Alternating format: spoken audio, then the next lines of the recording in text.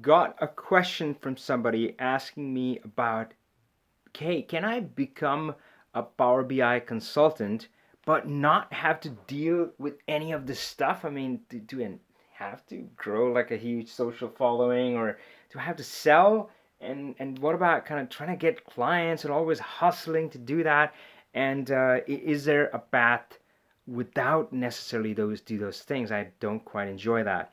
Now, let me share a story with you where I was working at Microsoft for a long time, and one of my mentors there, Mrityunjay Kumar, gosh, he had worked in India, he had worked in China, he would work in US, and I was totally in awe of him. So I shared with him one of my struggles, which for a long time, longest of times, I'd struggled with the notion of becoming a manager. I had never been a manager until I, kind of left Microsoft and started my own business. So I had been in a job for so long, and I felt like I was stuck in what was called the individual contributor role, or IC for short, in Microsoft. And I was kind of really frustrated, and I had struggled with that, thinking that, hey, I mean, what's wrong with me? Why can't I become a manager? And other times I would think, oh, I don't want to become a manager. It's not for me. I don't want that stress, and right. So that's kind of this thing resonated, like, oh gosh, I don't want the stress of dealing with clients. So I had all of these constructs inside my head, and so I talked to Kumar, and he said, Avi is not what you think it is. So if you think about it, so he actually was what was called in Microsoft a senior IC, right? So Microsoft is unique in that regard compared to a lot of other companies, that they do have a growth path without having to become a manager. But Kumar kind of busted my bubble. So that's what I was chasing. I'm like, Kumar, yeah, I mean, show me how I can become like you. I want to rise up, but in this IC capacity. I don't want to manage. I don't want to do all of that, BS and bullshit that comes with being a manager. And he said, Avi is not what you think it is. All right. So he said, I'm a senior IC, senior individual contributor, and I do the same things that a manager would do, with the really minor difference that, yeah, I'm not doing anybody's annual reviews. But it's about influence, it's about working with a lot of other people. And if you think about it, doing it in my role is much harder, because a manager has people reporting to them and they can almost command them. Well, of course, if you're a good manager, you wouldn't have to command them quite so much, but you have this leverage, right? I mean, these people report to you. You can pretty much tell them what we're going to do, what our goals are, and yep, you're working on this, you're working on this, you're working on this. As a senior IC, I don't have any of that leverage. So I have to be more astute, right? I have to understand what their needs are. I have to make sure that it's a win-win. I have to work much harder than a manager would.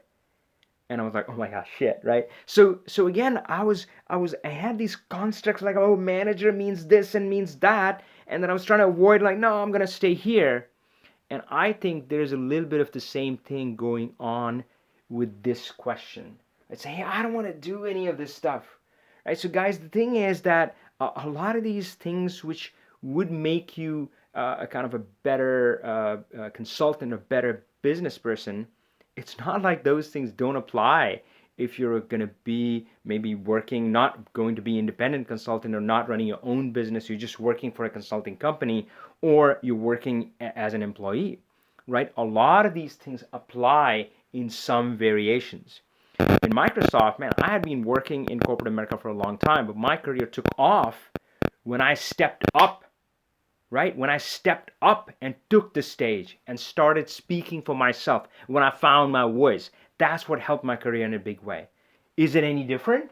I mean, is it really that much different than me being on YouTube? No. I mean, before I went on YouTube, I stepped up on the soapbox inside Microsoft and said, guys, you got to listen to me. We have this awesome tool, Power BI, and whatever, right? So I was doing that. Is that really that fundamentally different? And we talk about selling.